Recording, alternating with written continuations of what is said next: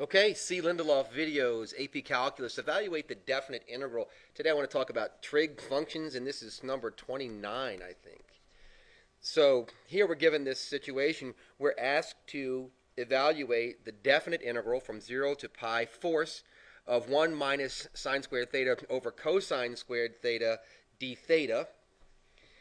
Keeping in mind here that theta is our variable. So our variable is theta. So our variable is theta. This problem looks horrible, really, really horrible, and then all of a sudden it looks terrific.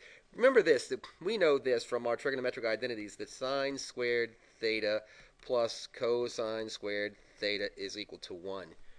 So if I just do a little bit of algebra, if I just subtract sine squared theta from both sides, I'll get that cosine squared theta is the same as 1 minus sine squared theta. That is to say that 1 minus sine squared theta is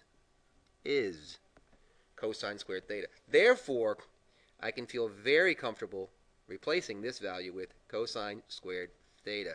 Got kind of pretty all of a sudden, didn't it? Because if you look at it now, we have the definite integral of, definite integral 0 to pi fourths of d theta. Okay, you're like, where's the 1? If you saw this on an exam, they would not show you the 1. You just have to be smart enough, and you are, to note that there's a 1 here. This 1 is because of this 1, right? Cosine squared theta over cosine squared theta is 1. How else might I do that?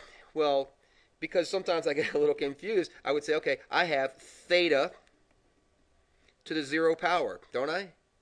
I have theta to the 0. This is not a, sorry, let me be clear. This is not a degree sign. I have theta to the 0 power.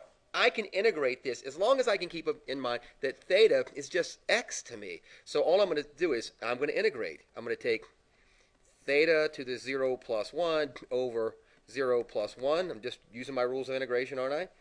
And I get theta. I just get theta. If this was x, I would just get x. And then I have to evaluate this from 0 to pi fourths. So I'm going to take not f of x, but f of b, right? So f of b minus f of 0, which is pi fourths minus 0, which is equal to pi fourths. So you have to really get used to this idea here.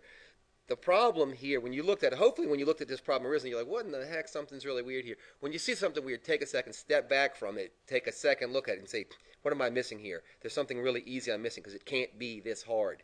And it usually isn't. So I hope this is really helpful.